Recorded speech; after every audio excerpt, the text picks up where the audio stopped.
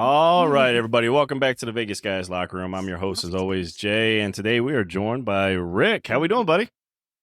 Doing good. Getting ready for playoffs. Oh, yes. Rick is here to talk little Knights with us. Going to the game tonight. He's getting ready, and he's going to eyeball the Golden Knights for us. But first, we're going to get his take on what he thinks of the Knights' chances here going in the first round. Who do you think we're going to play in this first round there, Rick? Well, it looks like most likely, assuming we win tonight, which I think they're going to try and win, because I don't think it matters for the Knights who they play. But it looks like we're going to play Edmonton. Yeah. Because we expect to win tonight. But we'll see. And the Kings, of course, it matters what they do. Yeah. And if we win, we play Edmonton. Who would you rather face? Would you rather face the Stars, or would you rather face the Oilers coming in here in the first round? Well, they're two very different teams.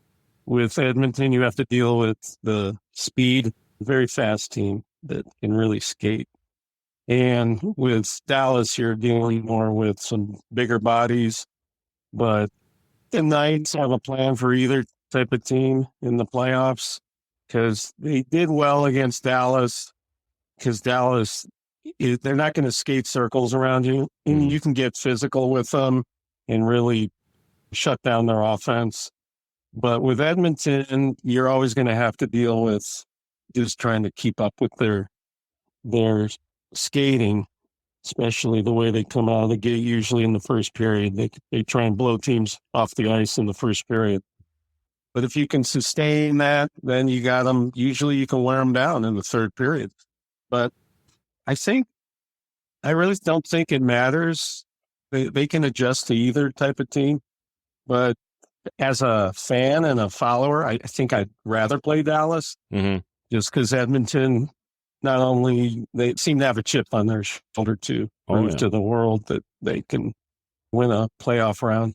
So, yeah, and I believe what our record against the Oilers this year is 1-1-1, right? And the last one did not go so well for us. That was a pretty bad put out by the Golden Knights.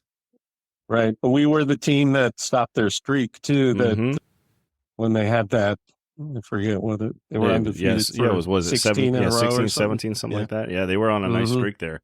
But Edmonton came just stumbling right out of the gates. But man, they've looked on fire. Probably the last 2/3 of the season have just been lights out.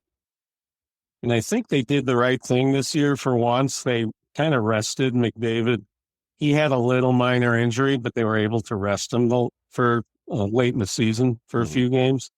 So he might be a little fresher than he's been in prior years. And, it's just having to deal with that top line of theirs or their power play, which is also troublesome. So we'll see what happens, but I think we're going to most likely be playing Edmonton. Yep, Edmonton in the first round. All right, so assuming we're playing Edmonton in the first round, what are some of the things that you believe the Knights need to improve and get, literally implement into their game before that first round? Well, I think this is a very different team than just a month ago.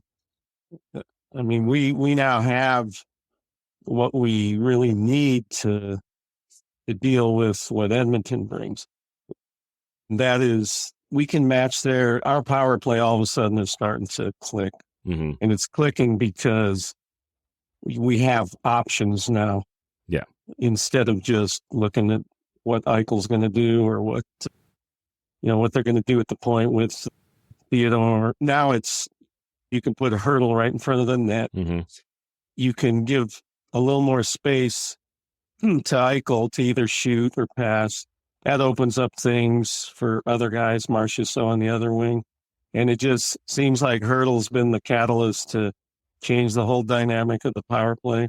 Absolutely. And winning face-offs and starting in your own end, or starting in that end instead of having to chase the puck down every time and lose 30 seconds on your power play.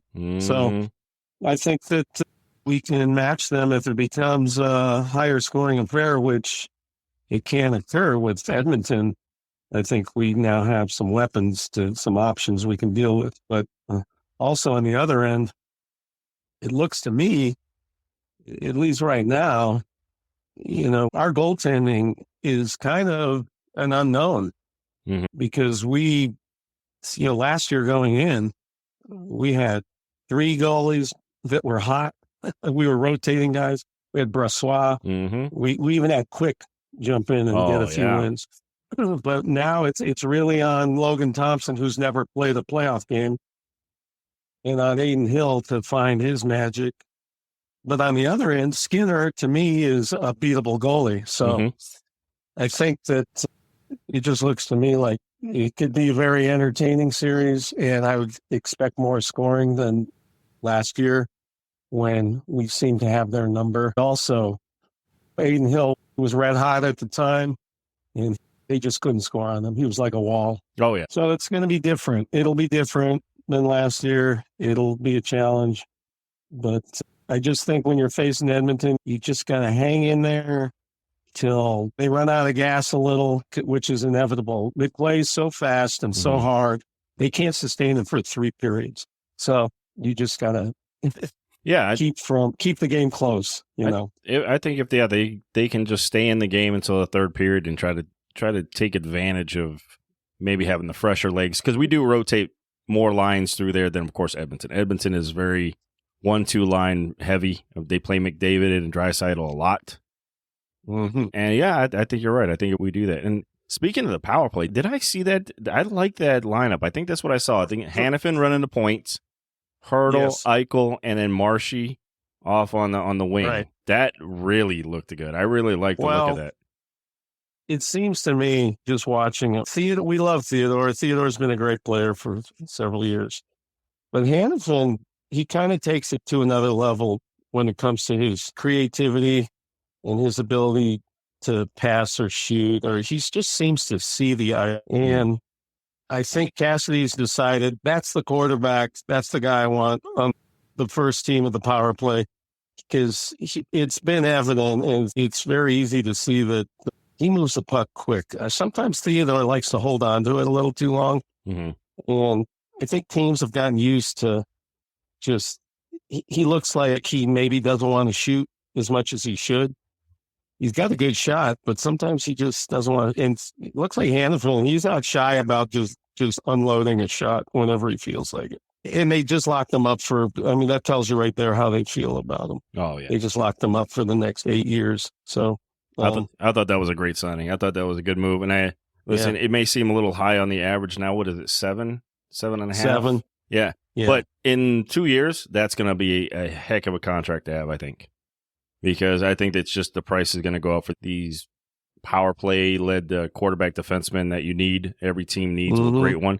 I think the asking price is going to go through the roof, and I really think that's going to be a phenomenal contract here in about 3 years. He's also great about getting it out of his own end. He'll either skate it out or make that quick pass. And again, if you look at a lot of the defensemen on the Knights, sometimes they don't want to skate. They're just looking to make that pass into the neutral zone. But he'll move his feet and he'll say, okay, I'll take it myself into the neutral zone and then I'll make a pass. Yeah. And I think that, to me, that's the key. Even when Edmonton's putting pressure on you, you have to be able to not turn the puck over in your own end and try and get it out quickly. Because if you can do that and then get behind them, that's where they give up goals. And because they're so aggressive, just trying to, forecheck in the offensive zone. So I think the Knights match up either way against either team. I think Dallas looks like it, but Dallas, they're not an easy out either because both these teams, when you talk about motivation, both these teams are very motivated. Each team lost to us, to the Knights last year. So they're playing with a little chip on their shoulder. They both finished ahead of us in the standings. They were good all year, pretty consistent all year long.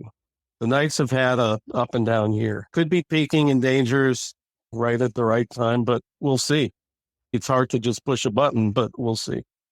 Yeah. Do you think their style of game has to change depending on who they play in the first round? Like if they play Edmonton, would you want to see a more physical game? And if they too play Dallas, would you like to see more speed come out of them? Yes. I think if they play Edmonton, if they try and skate with them, they're in trouble. They have to get physical. Because when you get physical with a finesse, fast team, that increases the chances of turnovers. And then you're going the other way, 2-on-1 or odd man rushes. Mm-hmm. But if they're not physical with them, if they're not trying to knock them off the puck and they're just trying to match them with speed, that they're in trouble. They have to get physical and they got to finish their hits in the corners and try and force the puck loose. Because if you give them space and let them handle the puck, they're going to skate circles around you. They're just that gifted and that fast of a team that you can't beat them with speed. You got to beat them with physicality. With Dallas, do you think they have to pick up the game offensively as far as get out on the fast break and really skate to beat this team? Or do you think they can play that same physical style with Dallas and get away with it? Well, you can beat them physically, but the Knights can match Dallas when it comes to speed. They're probably a faster team than Dallas. So I think that it just seems like an easier matchup on paper, just because Edmonton's not an easy matchup for really anybody. But I think it's more of a stamina and a war of attrition with Edmonton. You just got to hang in there and not let the game get out of hand. Your goalies, he has to make some big saves. You need timely saves from your goalie to kind of stem the tide when they're putting that pressure on you. And that kind of takes a little steam out of Edmonton when they start to get frustrated. So we'll see. But I think it'll be interesting. I am encouraged because the move the Knights have made, which upsets everybody around the league, I mean, they've shown year after year that they're going to do whatever it takes to give them the best chance of winning. And you can't really ask for more if you're a fan, Like I've said it a million times, every team does this. It's there for every team to use. So you've seen an analyst on NHL Network and other, TNT. They've said the same thing. Vegas just simply works it better than most people. And I think that's what makes people mad is they work it very well with the contracts. Yes. In all sports, there's good front offices and there's bad front offices. I mean, look at teams in other sports that have just been bad year after year, and it's the same in hockey where the GMs and the ownership, if they have a mindset and the willingness to do whatever it takes and they're smart about it, then, a lot of teams, I guess, that's not their top priority. They're trying to just manage the cap. Yeah. And some teams are so far below the cap. I mean, they're not even trying. Yeah, they're not even trying. I mean, you're so worried about the next year, you forgot you almost given up on this year. That's my mentality. You got to be in it to win it every single year. Otherwise, what are you really doing? And I get it. Some teams are in a rebuild mode, but I mean, you should always still be trying to win. You still have to try to win. I mean, so look at San Jose. I mean, they're probably going to be in a 5-year rebuild. Yeah. It's not a 1 year. Okay, we're down for a year. We're rebuilding. Because remember, it's not that long ago that the Rangers kind of went through the same thing. Where they did and they've been good for the last 3 years. So their rebuild was essentially maybe 2 years, and they did it correctly. Tons of new faces, but they had a good mix of young talent, good veterans that they were willing to spend the money on, and that's the kind of front offices that I think are really going to thrive, and especially in the way the salary cap works nowadays. Yeah, I mean the Knights get criticized like they're just going to go after the big name, but really, if you look at their roster, they have a mix. They went out and got Eichel. They get Hurdle this year. They went out and got Stone prior to that. So they're looking for a big impact player that they can lock up for a few years. But if you look through the lineup, then they sprinkle in a Dorofeev, a young kid who looks like he's going to be great. And then their defensemen are homegrown, most of them.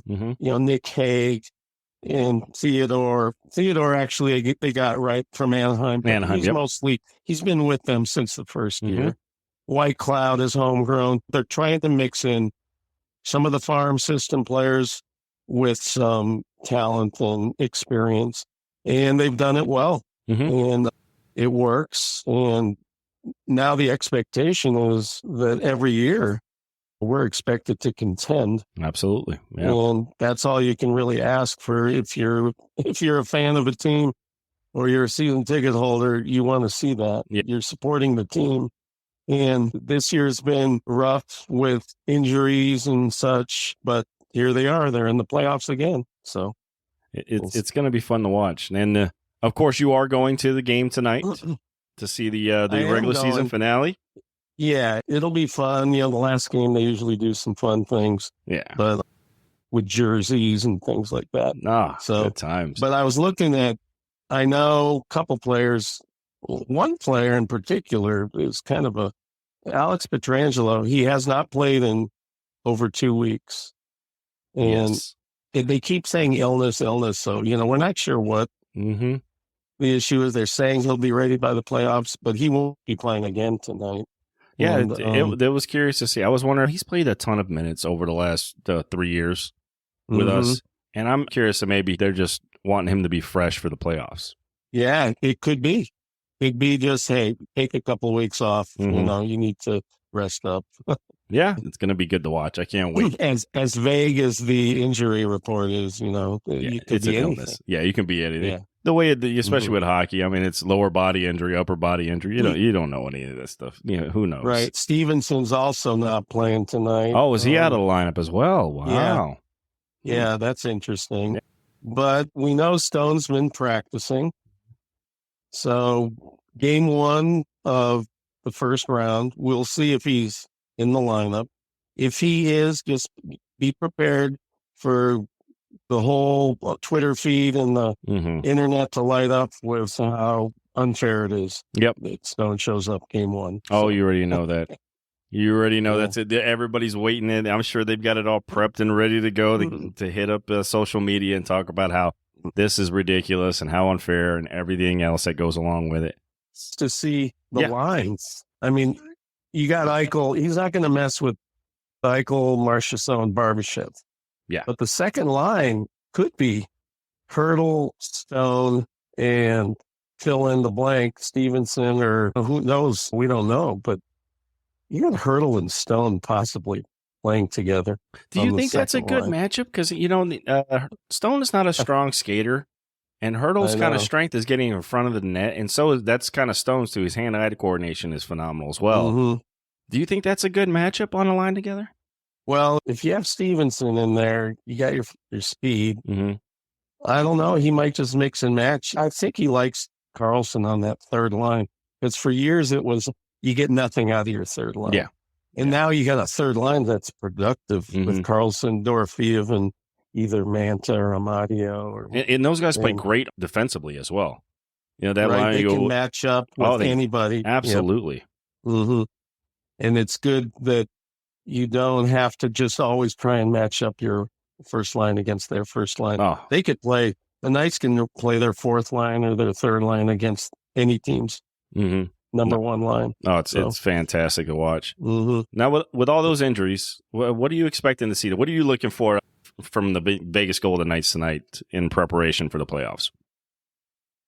I think tonight, a little sloppy just because their minds are just to get out of this game. And their mind is more on preparing for what's coming. So it could be a little sloppy because preparation-wise, you're not completely dialed into tonight. But also, I think a lot of the players have a lot of pride, and they respect the fans are there to see them play. I don't think they ever just show up and mail it in. I think they want to prepare the best they can and have a good showing, even though this game doesn't mean much. That's a good point. I wanted to ask you, do you think it makes a difference with those guys, especially as far as a chip on your shoulder and kind of feeling that way? Does it make a difference whether you're finishing third in their mind or in the wild card spots? Do you think? I think they could care less. Okay. I really do. All they care about is their feeling good. This is 81 games, and you're getting ready. And you got to remember, too, they had a short off season. So they just want to get their bodies right, be fresh for game 1 of the playoffs. So tonight, it'll be a fun game to watch. I don't think there'll be much hitting. Mm-hmm. I really don't. It'll be more just like a flag football game. Yeah, but, yeah, I mean, exactly. Hockey. Yeah. You have players that do want to, like, say, a Paul Cotter. Mm-hmm. I mean, he would probably love to score tonight because he's been in such a long drought. And so for certain players, every game's important. Absolutely. But I think for most of these guys, they're just getting ready for the rigors of game one of the playoffs in the first round. Absolutely. And you already know, the Ducks are out of it. But you know, there's a lot of guys on this team that are playing for pride, playing for a roster spot next year, looking to show people, maybe they got contracts coming up. So you know they're going to come out there. They're not going to just lay down and go, all right, let's just hang out for 60 minutes. You know these guys are going to put it on the ice and play. Yeah, that is true. They got a lot of good young kids on that team that they're trying to build for the future. And I believe the goaltender's a UFA this year, right? He's a free agent coming up this offseason, correct? Gibson is a free agent that's coming up here. He is. But it could also be, I was thinking of this, it's possible. It's the last game of the year. And when that game's over, are the Ducks just hopping on a bus, or are they going to spend a few days in Vegas? That's a good point. Yeah. I mean, because there's nowhere to go. They're done. They may be hanging out for a few days. Season's over. And so maybe they get a little reverse Las Vegas flu. Yeah, I know, right? Like they're already thinking of where they're going after the game. The agenda for the weekend. All right, we're going to stop here. Yeah. It's possible. It is possible. I didn't even think about it that way. Yeah. That was pretty good. Know. Yeah. So, all right, guys. Well, hey, listen, that's all the time we got. Thanks, Rick. Appreciate the time you've given us. Enjoy the game, buddy. Always fun talking with you. Anytime. All right, buddy. We'll talk to you soon. Man. Take care. All right. So, as always, guys, pleasure having you. Thank you for tuning in and checking out the podcast. And as always, we're going to see you all in the next one.